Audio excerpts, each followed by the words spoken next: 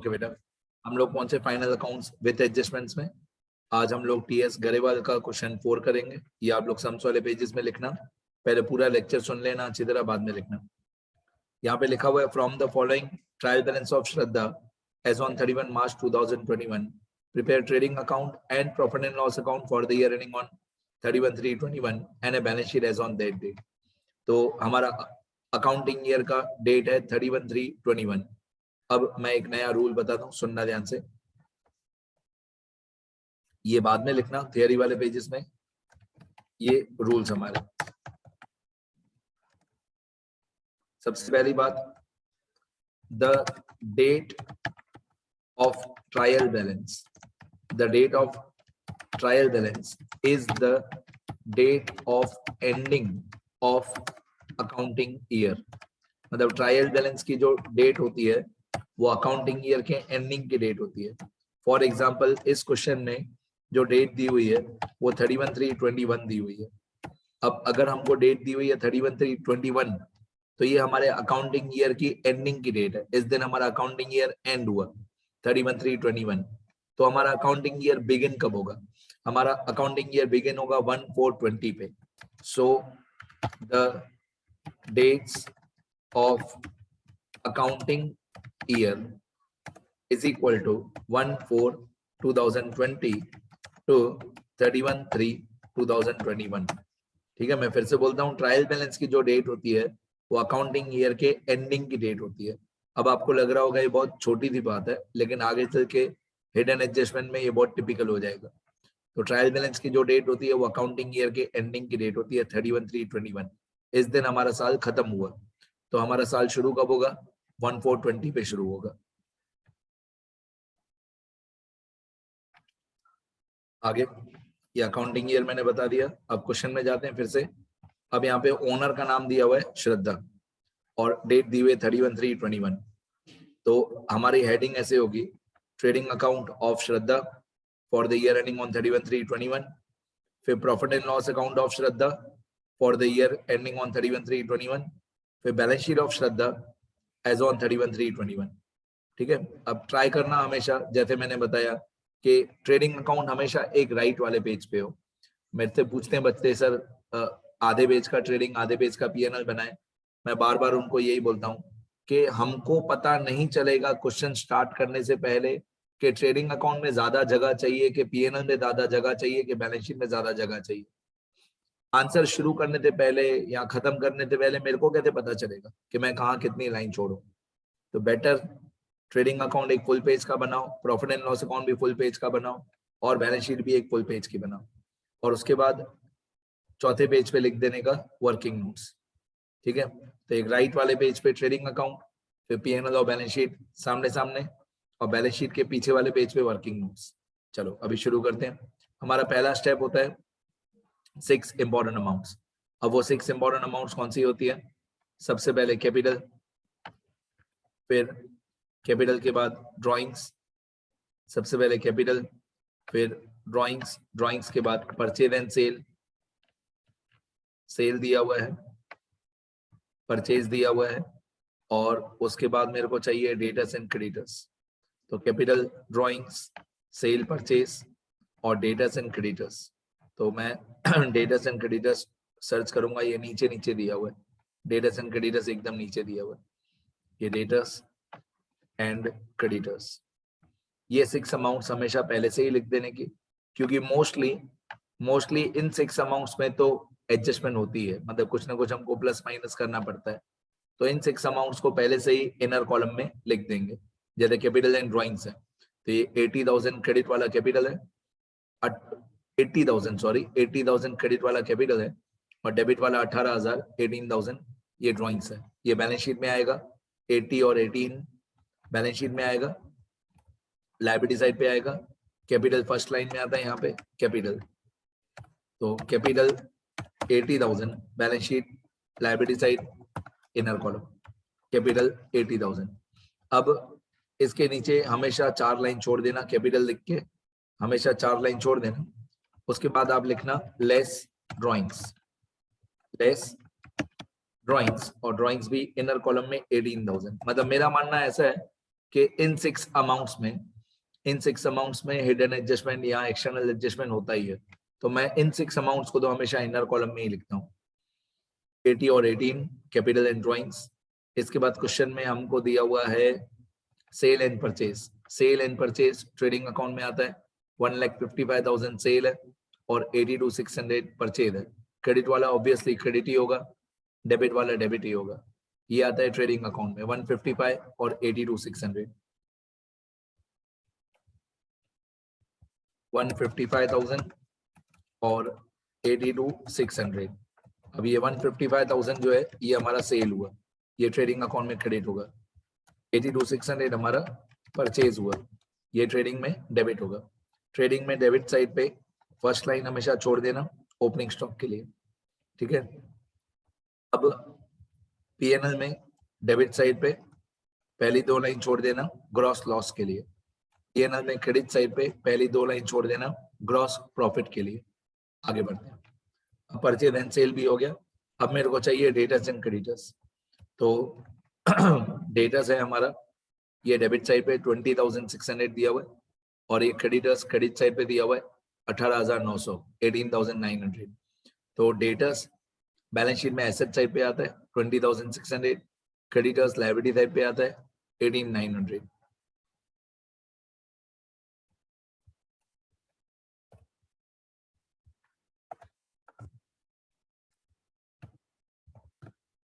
Debtors asset side पे आएगा। Question में दिया हुआ है डेबिट, तो हम भी डेबिट ही करेंगे। मतलब हम लोग एसेट साइड पे, बैलेंस शीट में जो एसेट साइड होती है वो डेबिट साइड होती है। तो डेटर्स हमने एसेट साइड पे लिखा और क्रेडिटर्स ये हमने लायबिलिटी साइड पे लिखा 18,900। ये हो गया हमारा 6 इंपॉर्टेंट अमाउंट्स। इसके बाद हम लोग एडजस्टमेंट शुरू करते हैं। अब एडजस्टमेंट्स में फर्स्ट एडजस्टमेंट पहले होता है, पहला स्टेप होता है 6 इंपॉर्टेंट अमाउंट्स। सेकंड स्टेप होता है एक्सटर्नल एडजस्टमेंट्स। थर्ड स्टेप होता है ट्रायल बैलेंस के अनटिक आइटम्स।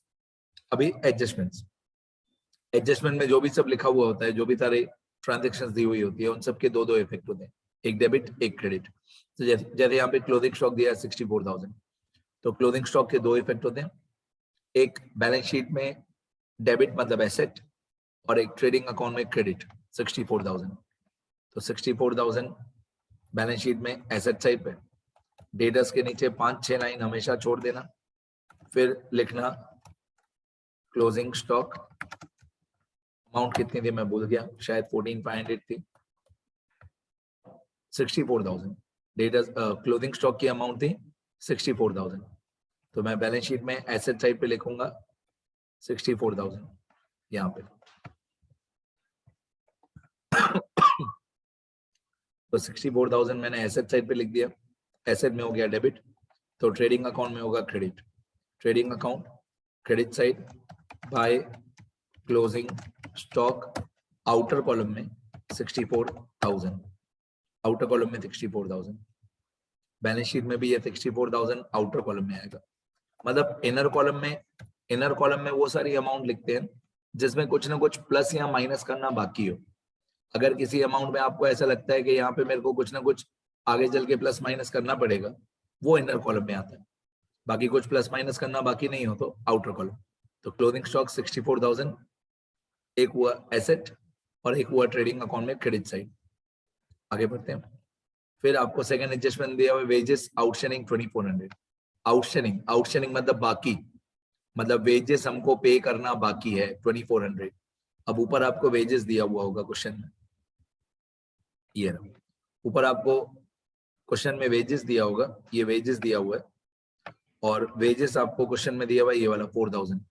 अब बेटा कोई एडजस्टमेंट ऐसी होती है जो, जैसे वेजेस है, एडजस्टमेंट में दिया हुआ था आउटस्टैंडिंग, तो मेरे को पता था कि ट्रायल बैलेंस में भी एक वेजेस होगा।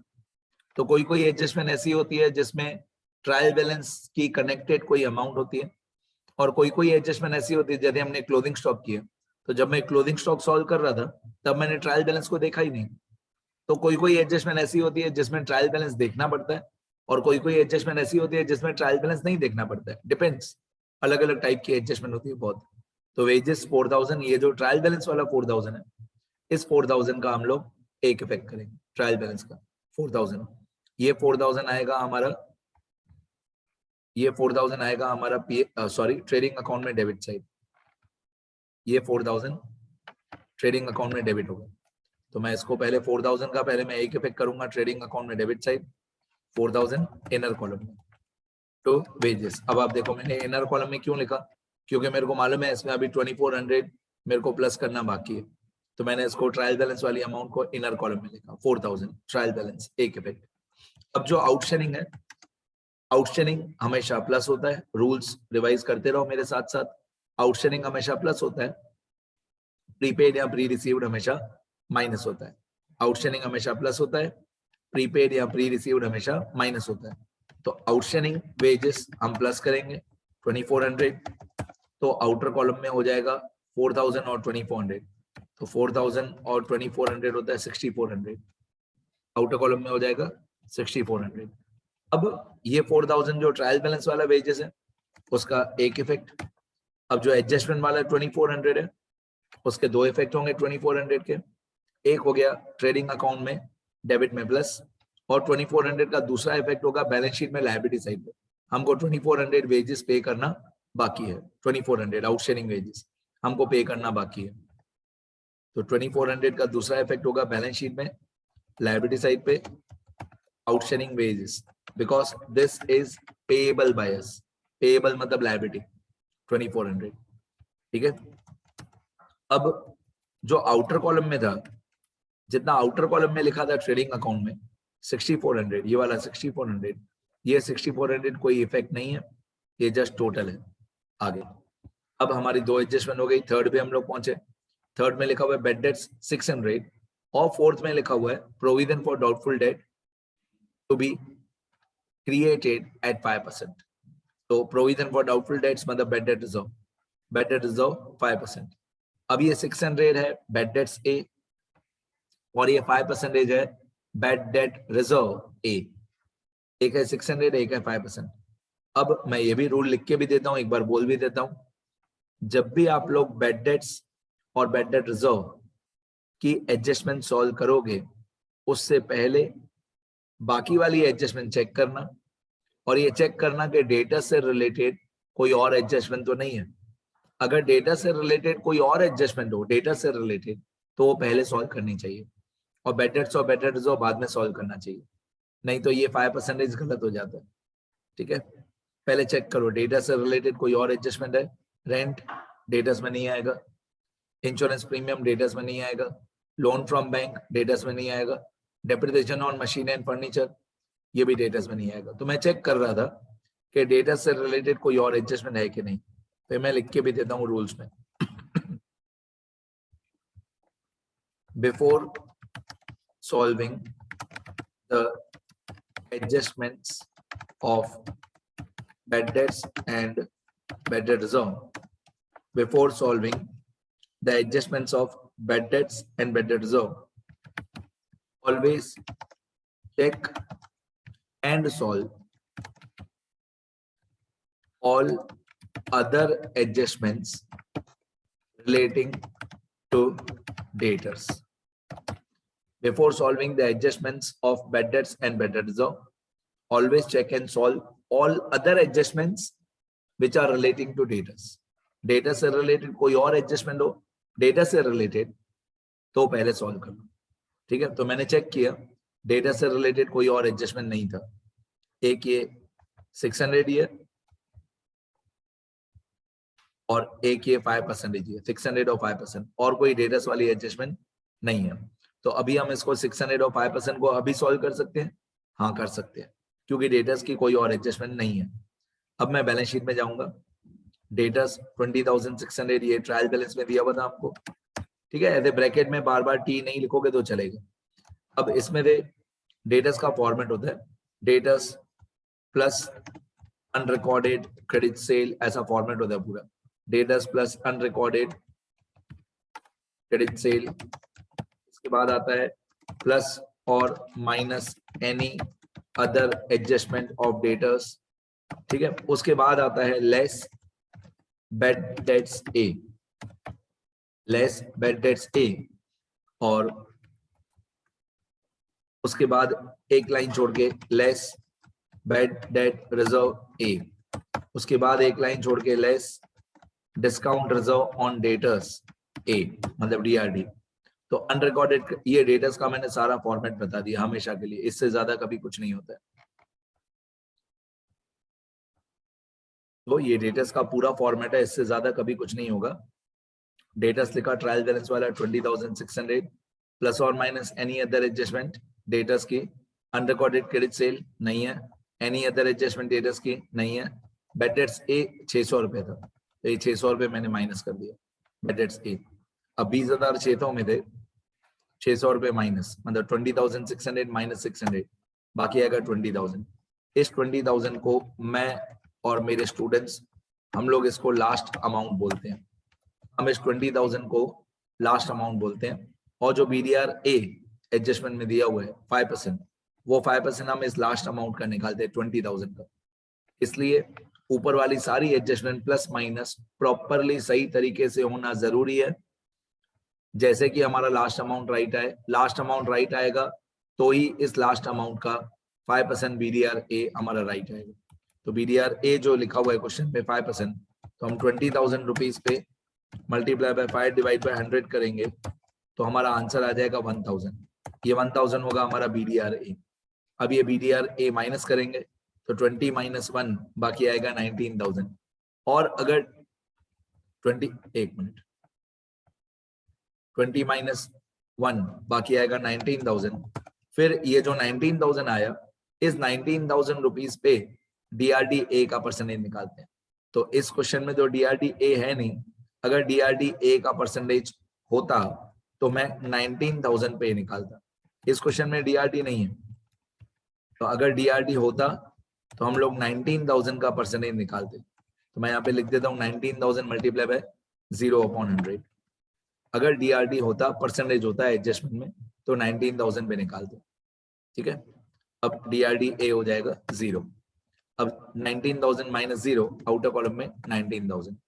अब जो ये 600 और 1,000 हमने माइनस किया, 600 बेड डेट्स ए और 1,000 BDR ए, ये दोनों प्रॉफिट एंड लॉस अकाउंट में डेबिट साइड पे चार्ट फॉर्मेट में दोनों प्लस हो जाएंगे, 600 और 1,000।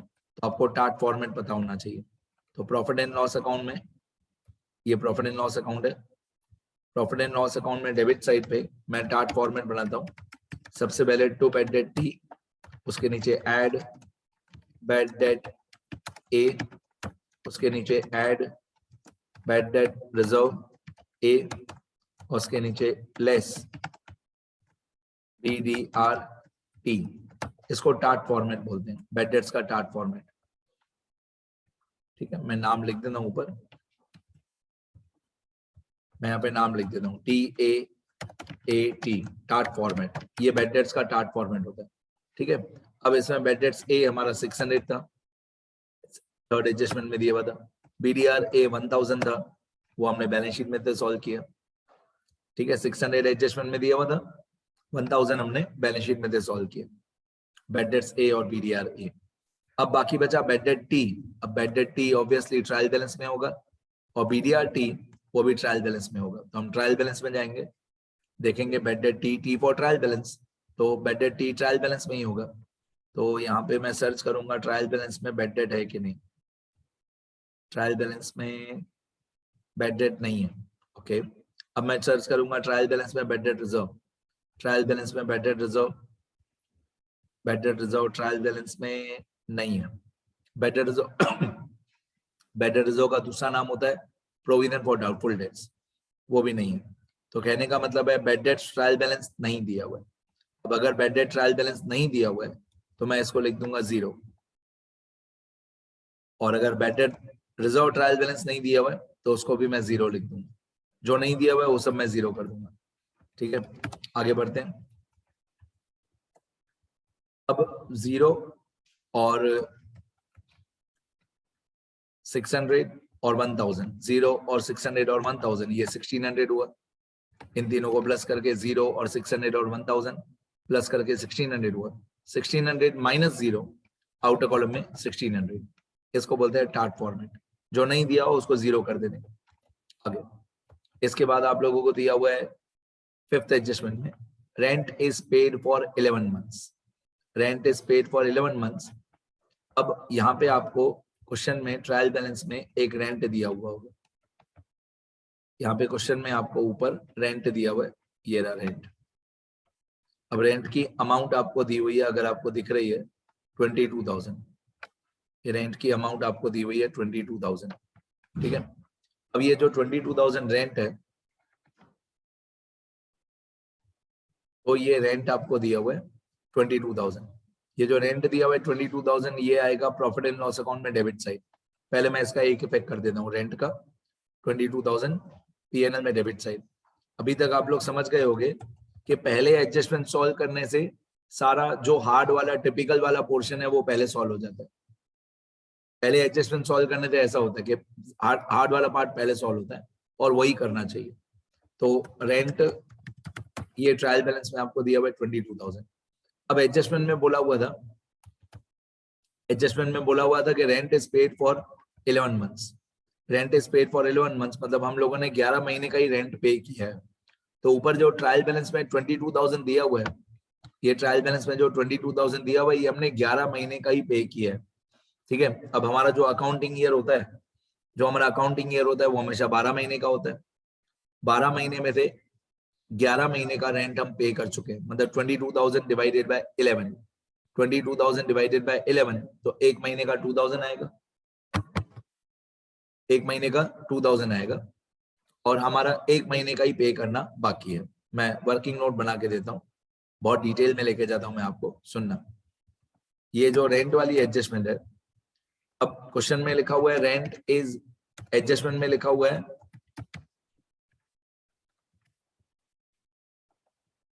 एडजस्टमेंट में लिखा हुआ है rent is paid for 11 months. अब ट्रायल बैलेंस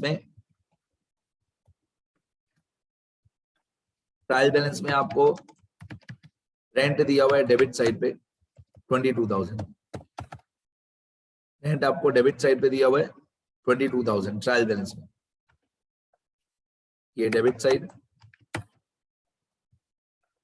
ये क्रेडिट साइड। अब क्वेश्चन में आपको रेंट दिया हुआ है डेबिट साइड पे 22,000 और एडजस्टमेंट में लिखा हुआ है rent is paid for 11 months.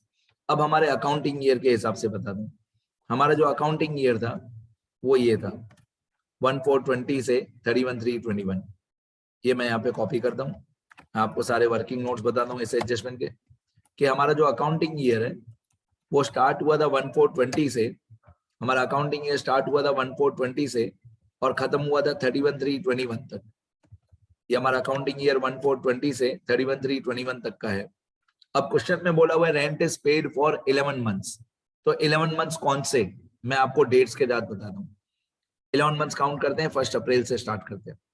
अप्रैल, मई, जून, जुलाई, अगस्त, सितंबर, अक्टूबर, नवंबर, दिसंबर, जनवरी, फरवरी, मतलब फरवरी तक का रेंट पेड है।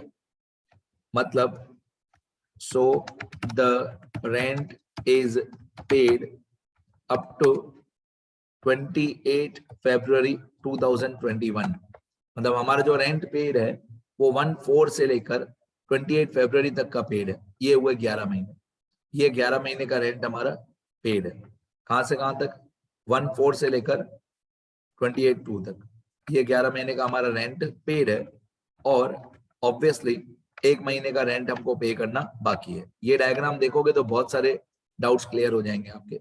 1/4/20 से 28/2/21 तक 11 महीने का रेंट, 11 मंथ्स का रेंट पेड है, ठीक है। इसका मतलब ये हुआ कि एक महीने का रेंट हमको पे करना बाकी है। कौन सा एक महीना, मार्च का महीना। अब मैंने क्यों ये सब डेट्स बताई आपको, क्योंकि कभी कभी क्वेश्चन में लिखा हुआ होगा rent is paid up for 11 months, कभी कभी क्वेश्चन में लिखा होगा rent is paid for 11 months, और कभी कभी क्वेश्चन में लिखा हुआ होगा rent is paid up to 28 February. अब बेटा rent is paid for 11 months या rent is paid up to 28 February एक ही बात है।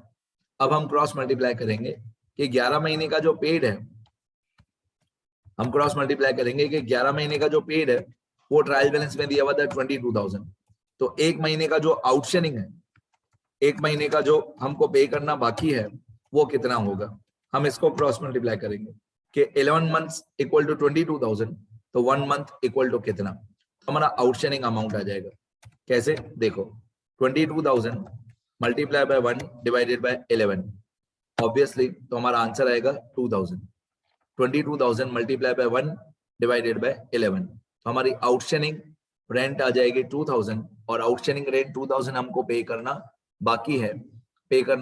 तो इसके दो इफेक्ट होंगे, एक प्रॉफिट एंड लॉस अकाउंट में डेबिट साइड पे प्लस, दूसरा बैलेंस शीट में लायबिलिटी साइड पे। तो मैंने जानबूझ के आपको डेट्स के साथ बताया, क्योंकि कभी किसी क्वेश्चन में ये डेट आ जाए 28 फरवरी, तो आपको पता होना चाहिए कि कैलकुलेशन कैसे करना है। 11 महीने का पेड है, 1 महीने का बाकी है, तो 22,000 मल्टीप्लाई बाय 1/12, तो 2000 हमारा आउटस्टैंडिंग रेंट आएगा। आगे बढ़ते हैं। अब ये 2000 के दो इफेक्ट कहाँ पे आएंगे, एक ये प्रॉफिट एंड लॉस अकाउंट है, प्रॉफिट एंड लॉस अकाउंट में डेबिट साइड पे ऐड हो जाएगा, ऐड आउटस्टैंडिंग रेंट। कितना आउटस्टैंडिंग था 2000, ये 2000 ऐड हो जाएगा, आउटर कॉलम में आएगा 24,000, ठीक है। 22,000 ट्रायल बैलेंस में दिया हुआ था, 22,000 ट्रायल बैलेंस में दिया हुआ था, उसका एक इफेक्ट। आउटस्टैंडिंग 2000 हमने फाइंड आउट किया एडजस्टमेंट में 2000, इसके दो इफेक्ट होंगे 2000 के। 2000 का दूसरा इफेक्ट होगा बैलेंस शीट में लायबिलिटी साइड। 24,000 कोई इफेक्ट नहीं है, 24,000 जस्ट टोटल है, तो 2000 का दूसरा इफेक्ट हम करेंगे बैलेंस शीट में लायबिलिटी साइड पे। मैं लिखूंगा 2000 outstanding rent payable. Outstanding rent common sense की बात है, लायबिलिटी में लिखा हुआ है तो पेएबल ही होगा ना, जैसे आउटस्टैंडिंग वेजेस पेएबल ही होगा, आउटस्टैंडिंग रेंट पेएबल ही होगा। आगे बढ़ते हैं। फिर एडजस्टमेंट नंबर 6, ये भी बिल्कुल सेम है, बिल्कुल सेम। ज्यादा रेंट था, रेंट हमने 11 महीने का पे किया था, तो यहाँ पे लिखा है insurance premium is paid per annum ending on 31 May 21। Insurance premium हमने 12 महीने का पे किया है, एंडिंग ऑन 31 मई 21। अब सुनना ध्यान से, यहाँ पे आपको क्वेश्चन में इंश्योरेंस प्रीमियम दिया हुआ होगा, ये रहा इंश्योरेंस प्रीमियम दिया हुआ है, और डेबिट में दिया हुआ है 3600। मैं पहले इसको टिक करूं, इंश्योरेंस प्रीमियम दिया हुआ है और डेबिट में दिया हुआ है 3600, मैं इसको टिक कर देता हूँ। ये इंश्योरेंस प्रीमियम 3600, ठीक है, एक लाइन ड्रॉ कर देता हूँ। ये इंश्योरेंस प्रीमियम 3600, इसको हम लोग पीएनएल में डेबिट करेंगे, एक इफेक्ट। पीएनएल में जाएंगे, 3600 डेबिट करेंगे, 3600 तो इंश्योरेंस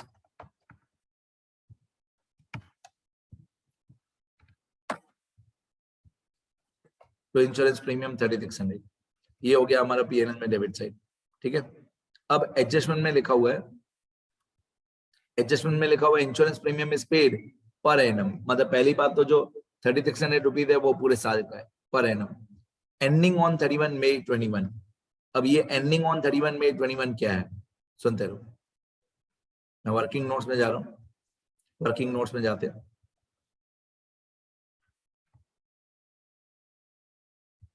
यहाँ पे लिखते हैं वर्किंग नोट नंबर 4, ये हमारी एडजस्टमेंट 6 है, एडजस्टमेंट 6। ऊपर आपको ट्रायल बैलेंस में, ऊपर आपको ट्रायल बैलेंस में इंश्योरेंस प्रीमियम दिया हुआ है डेबिट साइड पे, ट्रायल बैलेंस में इंश्योरेंस प्रीमियम दिया हुआ है डेबिट साइड पे 3600, ये डेबिट में आपको दिया हुआ है। और एडजस्टमेंट नंबर 6 में लिखा हुआ है कि insurance premium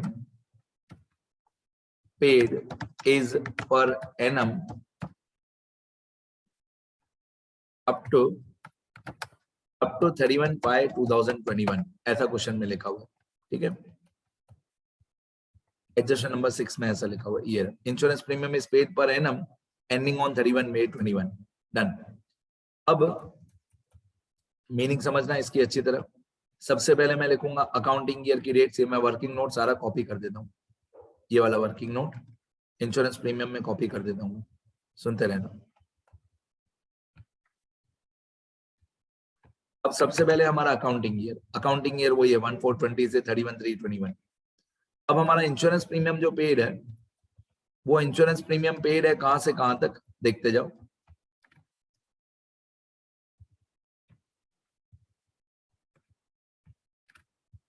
So the insurance is paid up to 31 May 21. Insurance हमने पे किया हुआ है 31 मई 21 तक का, ठीक है।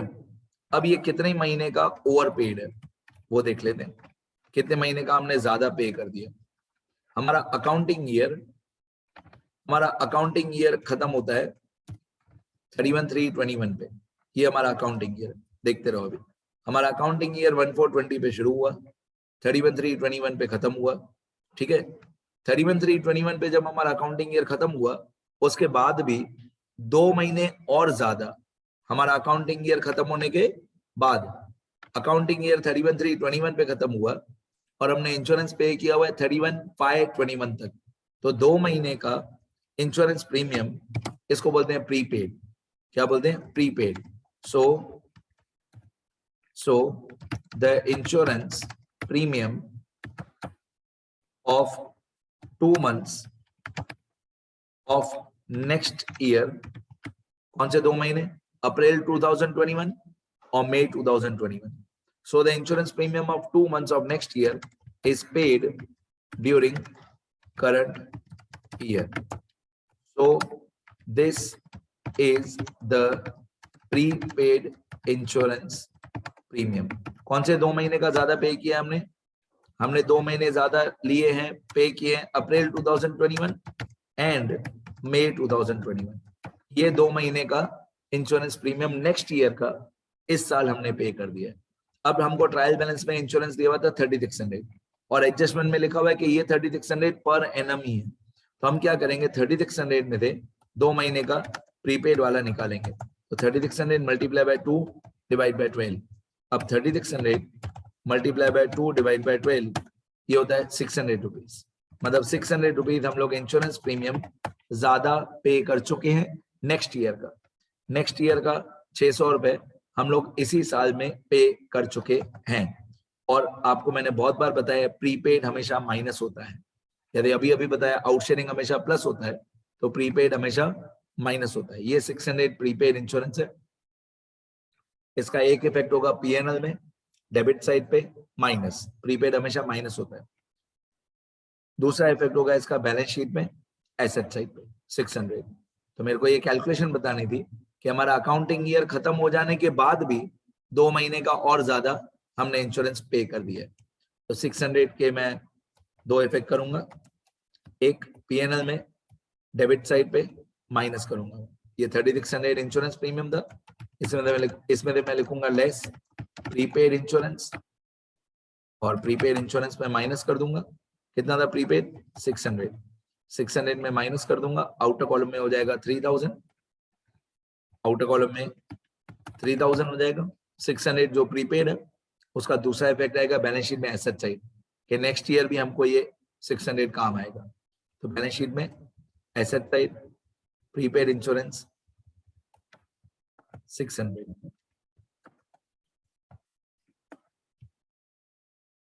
प्रीपेड इंश्योरेंस प्रीमियम, और अच्छी तरह लिखना हो तो प्रीपेड इंश्योरेंस प्रीमियम। तो एक पीएनएल में डेबिट साइड माइनस, एक बैलेंस शीट में एसेट साइड। आगे बढ़ते हैं, और क्या लिखा हुआ है, 7th एडजस्टमेंट और 8th एडजस्टमेंट। 7th में नेक्स्ट वीडियो में लूंगा, क्योंकि मेरे को उसके लिए अभी बहुत कुछ समझाना बाकी है। 8th वाला हम लोग अभी कर देते हैं। 8th में लिखा है provide depreciation on machinery at 10% and on furniture at 5%। ये इजी है, मशीनरी 10%, फर्नीचर 5%। तो ऊपर आपको मशीनरी दिया हुआ होगा, ये रहा मशीनरी, बीच में दिया हुआ है एकदम सेंटर में, ये मशीनरी, और इसकी अमाउंट दी हुई है आपको ये वाली 50,000, मशीनरी 50,000। अब मशीनरी हमारा एसेट होता है, इसको एसेट साइड पे लिखेंगे, ऊपर की तरफ लिखेंगे, एसेट साइड पे ऊपर की तरफ लिखेंगे मशीनरी 50,000, और इसमें भी हम लोग डेप्रिसिएशन 10% माइनस करेंगे, लेस डेप्रिसिएशन, और बुक में लिखा हुआ है 10%। तो 50,000 का ऑब्वियसली 10% होगा 5,000, अब 5000 मैं माइनस कर दूंगा, आउटर कॉलम में आएगा 45,000। अब 5,000 जो डेप्रिसिएशन माइनस किया, इसका दूसरा इफेक्ट होगा पीएनएल में डेबिट साइड। जब भी कोई एसेट माइनस होता है, जब भी कोई एसेट माइनस होता है तो दूसरा इफेक्ट पीएनएल में डेबिट ही होता है। तो प्रॉफिट एंड लॉस अकाउंट में डेबिट साइड पे 5,000, profit and loss account debit side 5,000 to depreciation on machinery. Same उसी तरीके से डेप्रिसिएशन ऑन फर्नीचर माइनस करेंगे।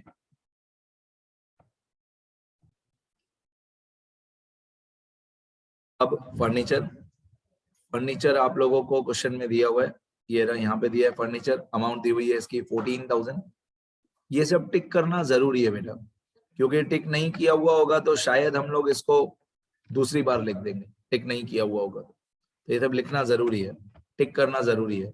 अब फर्नीचर आपको दिया हुआ है 14,000, ये 14,000 आएगा एसेट साइड और इसका डेप्रिसिएशन दिया हुआ है 5%, ये डेप्रिसिएशन इसका यहाँ पे दिया हुआ है 5%। तो 14,000 में लिखूंगा बैलेंस शीट में asset side, furniture 14,000, furniture 14,000 less depreciation, इसका जो डेप्रिसिएशन है वो 5% है, तो फर्नीचर का डेप्रिसिएशन 5%। 14,000 का 5% होता है 700 माइनस करके बाकी आएगा 13,300। अब ये 700 पीएनएल में डेबिट होगा, profit and loss account debit side. बेटा ये वीडियो लेक्चर एंड होने वाला है और आप लोगों को मैं अभी लिखने का टाइम नहीं दूंगा, नेक्स्ट वीडियो में मैं पूरा क्वेश्चन आंसर कंप्लीट करूंगा, उसके बाद लिखना।